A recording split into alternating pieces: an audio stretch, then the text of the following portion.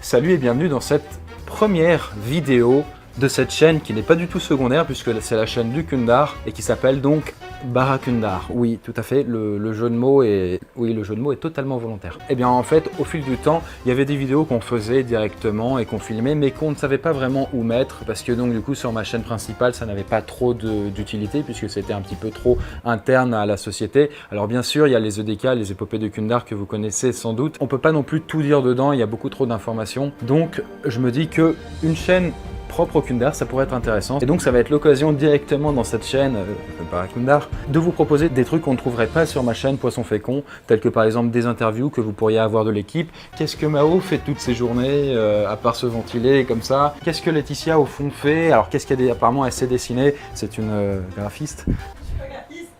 Artiste 2D. Là, il y a Charles, le barbu, donc du coup, qu'est-ce qu'il fait aussi? Ouais, c'est discrimination.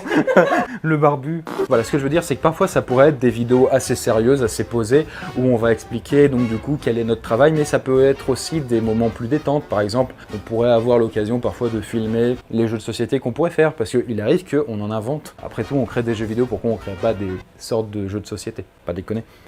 Pardon. Ouais, donc à l'instar des EDK où je peux rentrer dans les coulisses de la société, où on peut voir un petit peu mieux comment ça se passe, et bien donc du coup dans les vidéos de Barakundar, ça nous permettrait d'aller encore plus loin. Et puis aussi, bien sûr, le Kundar, ça ne sert pas que à faire des vidéos de poissons féconds. Ça va aussi créer plein d'autres projets. Mais évidemment, là, comme la société n'a que 3 ans, elle est encore toute jeune, eh bien, elle n'a pas encore eu l'occasion de montrer tout son potentiel, j'ai envie de dire. Donc, voilà, quand on a des projets et qu'on souhaite en parler, et qu'on a par exemple des trailers à afficher, ou alors donc des interviews de ci et là, des avancements des projets, eh bien, ce serait sur cette chaîne. Évidemment, je ne me fais pas d'illusions, j'imagine qu'il y aura beaucoup moins d'abonnés sur celle-ci que sur l'autre, c'est normal, mais c'est pas un problème non plus. Et puis aussi, il y a un dernier point qui me tient à cœur. J'aimerais depuis très longtemps en fait mener des sortes d'interviews de personnes inconnues du grand public, ou pas, pour pouvoir mieux connaître leur métier, un peu mieux connaître leur vie, qu'est-ce qui les a amenés à faire ça, etc. Étant donné que moi, de base, je suis curieux sur des tas d'aspects de la vie, c'est pour ça aussi que Poisson Fécond, ça existe, c'est que, vous voyez, je tape sur des tas de domaines possibles et je me cantonne jamais à une seule chose. C'est jamais les jeux vidéo, jamais que la science, jamais que l'histoire, c'est toujours un petit peu de tout. Et je me suis donc toujours dit, putain, mais lui, qu'est-ce qu'il fait comme métier, à quoi ça ressemble quotidiennement, est-ce qu'il y a des anecdotes dessus, etc.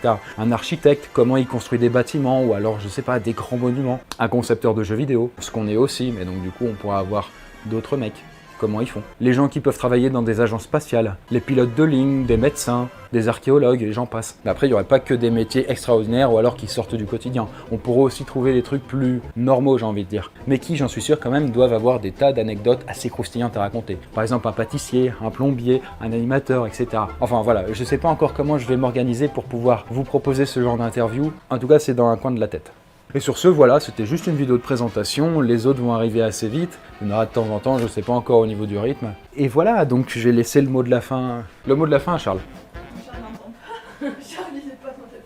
Bon écoutez, c'est une très belle conclusion j'ai envie de dire, donc on se dit à une prochaine vidéo.